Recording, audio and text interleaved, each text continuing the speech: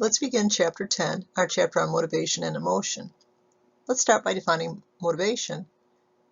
We will use the definition that these are the factors that influence the initiation, in other words, when we start a behavior, the direction, in other words, the form the behavior takes, the intensity, in other words, how much gusto you put into the behavior, and persistence, how long you do it before you decide enough is enough.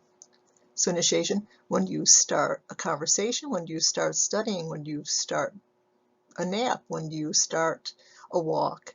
Direction, well, if you want to eat, what will you eat? If you're going to text, who will you text? If you're going to go see a movie, what movie? And so on. Intensity, how much energy do you put into it? Do you do it with your total might, or do you kind of just do it? Are you trying to win the race, or just pass the finish line? Are you trying to get the highest grade in class, or just pass? You get the idea. Persistence, how long you do it before you cease? How long do you text before you cease texting? How much do you eat before you say enough? How long before you exercise before you say, oh, I definitely have had enough, and so on. So motivation would be the factors that influence the initiation, direction, intensity, and persistence. On the next slide, we'll see if you really understand this or not. Identify each of the four examples.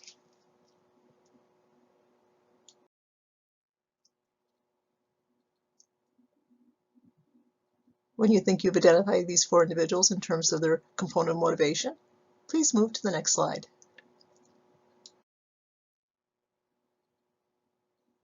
So before I give you the answer, please reconsider each of your four answers in light of the information that's been highlighted. You might need to change one or two. So for Tom, it was the direction. For Fatima, persistence. For Elena, intensity. For Tamika, initiation.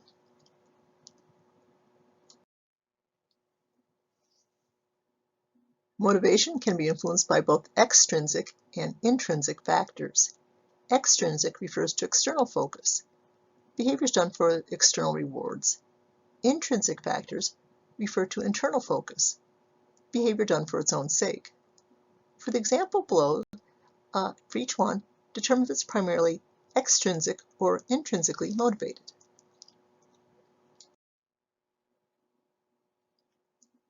So learning for learning's sake, intrinsic. For money, definitely extrinsic. Prestige, extrinsic. To avoid punishment, extrinsic. For praise, also extrinsic. Mastery, for the joy of mastering, intrinsic. For the pure enjoyment of the activity, also intrinsic. To enhance your job skills, extrinsic. For personal growth, intrinsic.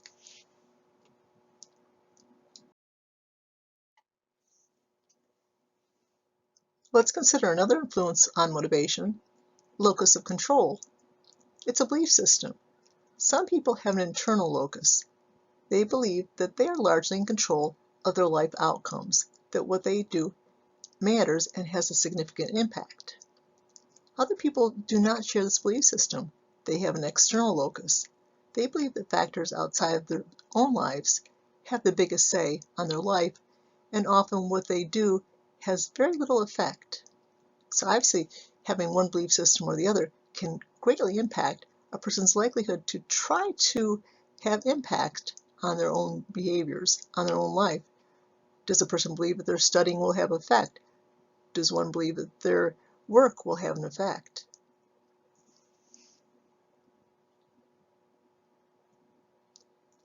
On the next slide, let's see if we understand these concepts. A little check of concepts, if you will. So let's pretend these three students have just taken their first test. The class doesn't matter. It could be math, sociology, psychology, economics. And let's say that each one of these students has failed the first test. Determine if each one of these students has an internal or external locus.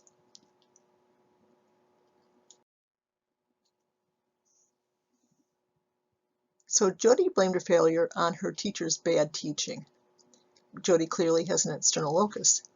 As a teacher, I would not be hopeful for Jody passing this course. If she sees her bad grade as the fault of her teacher, there's nothing that she can do probably to pass the course. She won't adjust her studying, she won't adjust her techniques.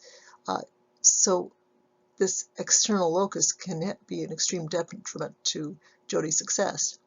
Deshawn, on the other hand, blames his grade on his poor study habits and attendance, clearly an intrinsic locus, and I would be very helpful for Deshawn passing the course. If he realizes his attendance is poor, hopefully he will adjust that and miss no future classes. If he needs to work on his study habits, perhaps he'll go to our learning center on our 4th floor, I believe, off the top of my head, and ask for help on study habits. They'll give him impromptu workshop on it on a one-to-one basis. And again, Deshawn is very likely to pass the course. Oh, I just thought about it. 4th floor is the testing center. 5th floor would be the learning center. Now, Raphael is going to blame his failure on his usual bad luck. Definitely an external locus. And again, I wouldn't be particularly hopeful for Raphael passing the course because his behaviors won't change his luck. So people with internal locus will modify their behaviors as necessary to achieve their outcome. People with external locus, in other words, external loci, are less likely to believe they can impact their outcomes and often will not try.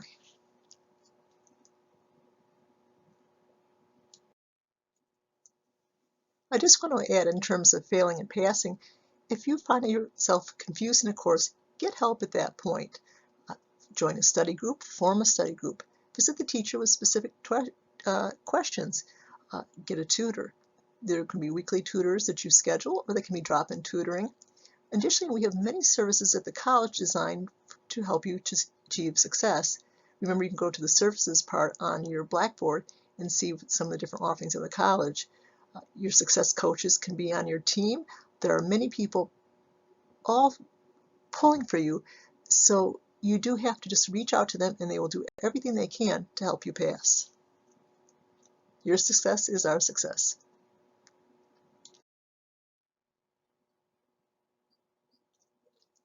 Let's now consider theories of motivation. We'll start with the old one, the oldest. Instinct theory.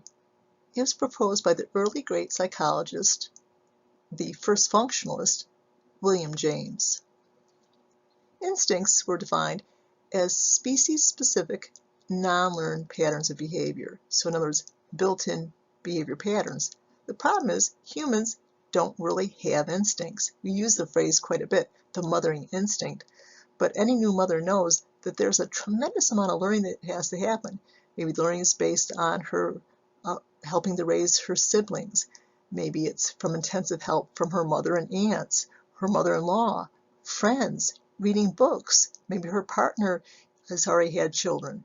So we don't have mothering instincts. When we see the Harlow attachment film later in the course, you'll see the baby monkey that was raised by Harry Harlow in total isolation. When these monkeys were not capable of having sex, when they were artificially bred, they would either neglect the babies to the point that the researchers had to intervene lest the baby die, or would actually attack the babies. Again, we do not, as primates, have instincts, though we use the phrase, we do not have instincts.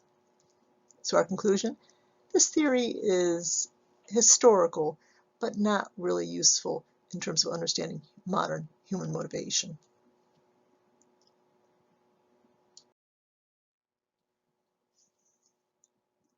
Let's consider another older but more useful theory, at least when it comes to biologically based motivation. This theory is called drive theory. It states that when a biological system lacks homeostasis, in other words, the necessary balance, a drive is created, and that drive motivates behavior. For example, if you're dehydrated, that dehydration creates a drive. Thirst, which motivates behavior, maybe going to a soda machine and buying a can, or going to the fountain. Can you think of others? Probably easily. If you're cold, that creates the drive of needing to take care of that, to increase body heat, a desire for warmth, and that might motivate you to turn up the heat or put on a sweater. So useful in terms of biologically based needs, but that would be its limitation.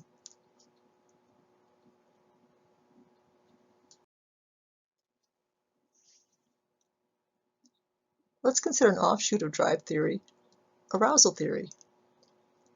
In this theory, it says we are motivated to seek the optimal, in other words, the best level of arousal. We don't like being under-aroused. We don't like being over-aroused. For example, if you're maybe under-aroused, you're bored, you're under-aroused, maybe you'll go for a walk, study class notes, listen to upbeat music, text a friend. But perhaps you're not under-aroused, perhaps you're over-aroused. You're getting too much stimulation. Well, then maybe you'll listen to calming music, maybe go for a walk, maybe study a text, or text a friend. You notice the same behaviors can have both calming and stimulating effects. And I did choose reading a textbook for a specific reason. Clearly, if you're bored, well, you could probably benefit from studying. But sometimes when you're over-aroused, you have too many stressors in your life, whether it's job-related, COVID-related, relationship-related.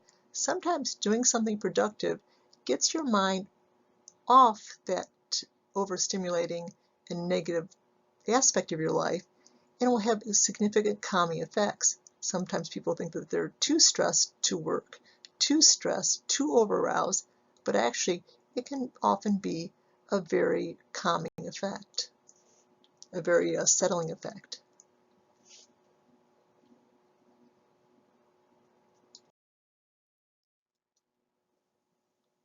Let's now consider incentive theory. It focuses on external goals that come in the form of three possible conflicts: approach, avoidance, and approach-avoidance. Let's start with approach. This is when we have to choose between two or more pleasant choices. Next is avoidance, when we have to choose between two or more unpleasant choices. We'd rather both pass on both of them, but we can't. Take a moment and list in your mind, and hopefully in your notes, several possible approach conflicts and several possible avoidance conflicts.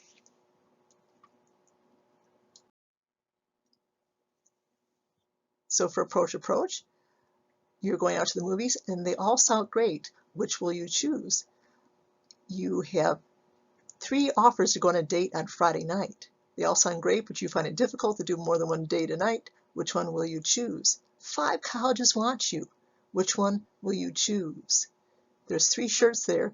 You only have money for one. You look great in all 3. Which one will you choose? So again, choosing between 2 or more pleasant choices. Next, avoidance. Let's say that you have a toothache and you also greatly dislike dentists. Which one will you choose? You either have to choose living with the toothache or seeing the dentist. Let's say that you're not thrilled with studying, but you're not thrilled with F's. Well, you have to choose one or the other. I hope you choose studying. You don't enjoy exercise, but you don't enjoy being overweight or having health problems. Well, which one will you choose? Lack of exercise or maybe gaining a little bit of weight? And so on. Let's say that you have to take a math course and you're not thrilled with math. Which one will you choose? I should mention for other people that will be an approach conflict. They love math. They can only take 1 or 2 in their program. Which one will they choose? Okay, you get the idea. Let's move on to the third one, the one that students often get wrong on tests because they're not thinking. Hopefully this will not be you. Most students see approach avoidance and say, choosing between a good possible outcome, a good possible choice, in other words, and a bad possible choice. Would that be a difficult choice for a normal human being, choosing between something positive and negative? For example, if I have you choose between me giving you $50 or poking you in the eye with my finger, is that going to be a hard choice? Hopefully not. So it can't be that. And yet on so many tests, that's what students tell me. This instead is one action which has both good and bad. If you accept it, you get the good and the bad. If you pass on it, you not only lose the bad aspects, but the good. Perhaps you have a significant other. There must be a few things about him or her or they that drives you crazy. But if you send them packing, you lose all their good. You keep them around, you keep the bad. You get the idea.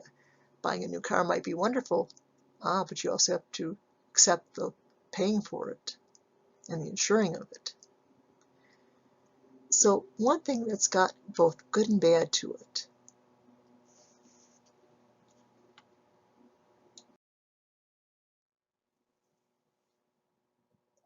Let's briefly consider Freud's perspective on personality. So remember back to chapter 1. What was the term for Freud's perspective? Either dynamic or analytic. Either one is correct. Freud's perspective emphasized unconscious conflicts motivating our behavior. Specifically, unconscious conflicts between the three elements of personality or mind. Take a moment and see if you can remember these three terms often associated with Freud.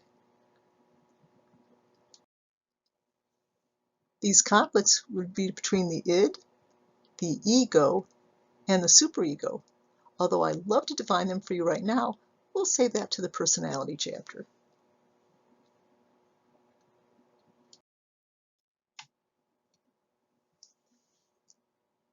So now let's consider Maslow's hierarchy of need.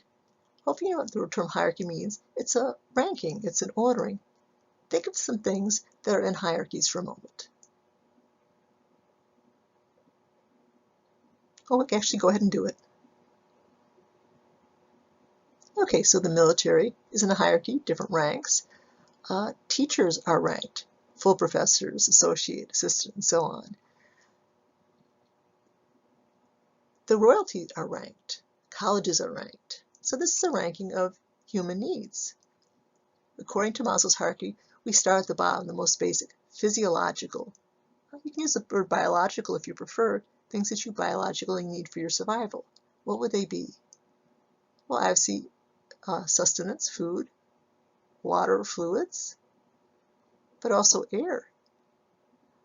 Also to maintain a proper heat and cold, so the proper temperature. For humans, I would argue that touch is a physiological need. If humans do not receive touch, they can actually be less well off because of it. Maslow includes sex in this particular level. I would buy it for the species, but not for the individual. Next, after we've met our physiological needs for the moment, we move on to safety and security. Think of all the many things we do every day, every week, every month to increase our safety or maintain it. Anything from proper footwear so we don't injure ourselves, to driving on tires that are not bald, to following driving rules, to locking doors and windows, to not eating spoiled foods, and so on, to maybe getting a dog. So all things designed to increase our safety. I hope your batteries and your fire detectors are good. I actually need to check mine. Next, we're going to call it love and belongingness. They call it belonging and social connection, but loving belongingness. So humans need to interact with other humans. One of the most severe punishments of prison would be solitary. Right now during COVID, as I narrate this, people are having difficulties because of their social connections being cut. So it is a human need. Next, esteem. You'll notice it doesn't say self-esteem, it says esteem. Esteem initially comes from others. Our parents, when they hold us, literally, I hope they hold us with esteem, thinking we're great, fabulous, stupendous, terrific. And we eventually learn that we are worthy. So from esteem from others, we hopefully build on it and create self-esteem. The last term is self-actualization. We learned that earlier in the course when we talked about the two humanistic psychologists, Maslow and Rogers. Self-actualization, to borrow an old Army campaign slogan, being all that you can be. Taking your unique combination of gifts, talents, skills, and doing the most possible with them. So Maslow said we're motivated to start at the most basic level of needs. Once that's solved for the moment, then we can work on the other levels. The criticism of his theory, though, is that we work on these levels obviously overlapping much at the same time. And people who do not even have basic food and shelter needs are still concerned with safety, belonging, esteem, and so on. So it's still a very useful way of looking at motivation, and you'll be surprised perhaps how many classes this pops up in. even non-psychology classes, everything from nutrition to economics and so on. So might as well learn this and get out of the way because you're probably going to need it more than once during your college career and might be able to apply it again to your own life.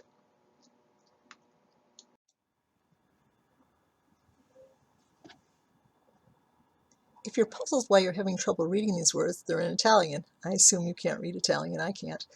I wanted you to see if you could actually remember these since we do have a rapidly approaching test this week. So go ahead and see if you can remember these all before you click to the next listening icon.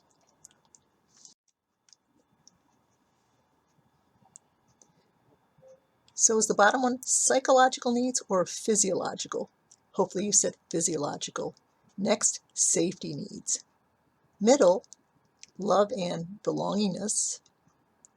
Approaching the top, esteem of all varieties, not self-esteem, but esteem of all types. And the top, the most humanistic of them all, self-actualization. How did you do?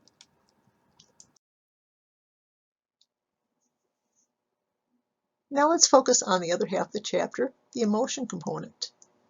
Most people who study emotions have identified 6 or sometimes 7 basic foundational emotions. Obviously, we have many more emotions than 6 or 7, but see if you can think of the basic 6.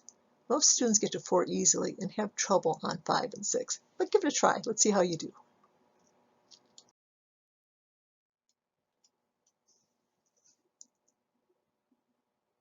Students often forget surprise and disgust. That's not too surprising. We probably use these far less frequently than the other emotions.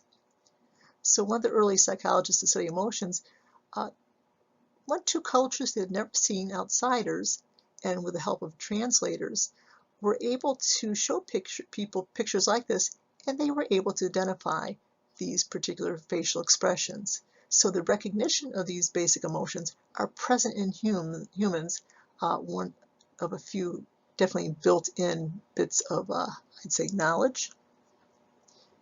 Individuals also can demonstrate these particular facial expressions too. So again, these seem to be built-in emotions, universal to all humans.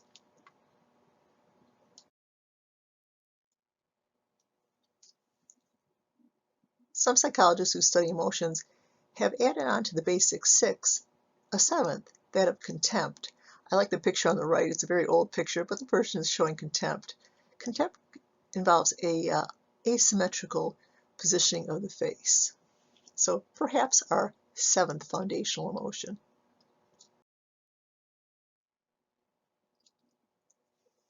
As I noted, the basic 6 or 7 emotions are recognized by all cultures, but culture determines who can display emotions and when they can be displayed. They're called display rules. Consider maybe our culture 1950s or earlier, and men. What emotions were men not allowed to display? What behaviors? For example, maybe sadness. Under what very narrow, limited situations were men allowed to cry in public? Well, maybe an extreme loss, such as the death of a child. Maybe an extremely joyous event, such as maybe when he's walking his daughter down the aisle at a wedding. So, again, culture determines who can display emotions in what circumstance. So cultures have different rules. And although we humans have the same basic foundational emotions, there are also nuanced emotions that are not found in every culture. For example, consider schadenfreude. I remember being introduced to this in the TV show Boston Legal 15 or 20 years ago. It's a pleasure you get from the misfortune of others, often from others that you really dislike quite a bit. So maybe somebody in class you don't like whatsoever, maybe they've been rude to you and many people, maybe they do poorly on a test and you feel some degree of satisfaction. Or maybe you see somebody who was tailgating you and driving very aggressively, maybe you see them down the road pulled over and getting a ticket and you feel a little bit of pleasure. Well, that is a nuanced emotion, not found in every culture, and for example, our culture, we'd have to use a phrase to describe this, versus the Germans have one single word for it.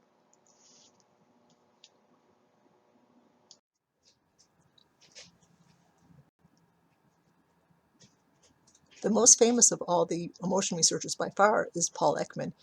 He wanted to figure out if emotions were learned culturally or they were built into our genetics in terms of evolution.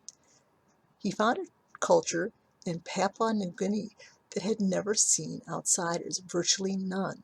And he wanted to find out if they would show the same facial expressions that we would under the same circumstance, and if they could recognize the same facial emotions.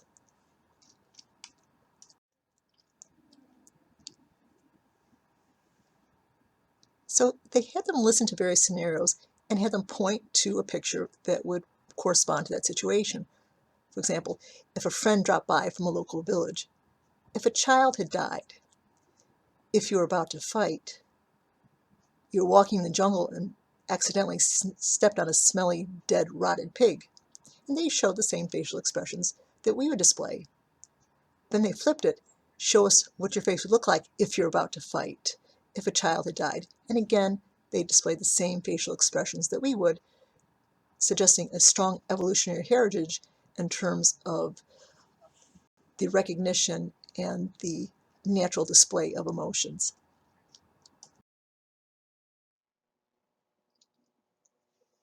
As I noted, the basic 6 or 7 emotions are recognized by all cultures, but culture determines who can display emotions and when they can be displayed. They're called display rules. Consider maybe our culture 1950s or earlier. And men. What emotions were men not allowed to display? What behaviors? For example, maybe sadness. Under what very narrow, limited situations were men allowed to cry in public? Well, maybe an extreme loss, such as the death of a child. Maybe an extremely joyous event, such as maybe when he's walking his daughter down the aisle at a wedding. So, again, culture determines who can display emotions in what circumstance. So cultures have different rules. And although we humans have the same basic foundational emotions, there are also nuanced emotions that are not found in every culture. For example, consider schadenfreude. I remember being introduced to this in the TV show Boston Legal 15 or 20 years ago. It's a pleasure you get from the misfortune of others, often from others that you really dislike quite a bit. So maybe somebody in class you don't like whatsoever, maybe they've been rude to you and many people, maybe they do poorly on a test and you feel some degree of satisfaction.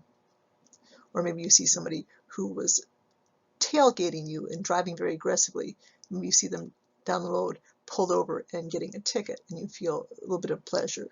Well, that is a nuanced emotion, not found in every culture, and for example, our culture, we'd have to use a phrase to describe this versus the Germans have one single word for it.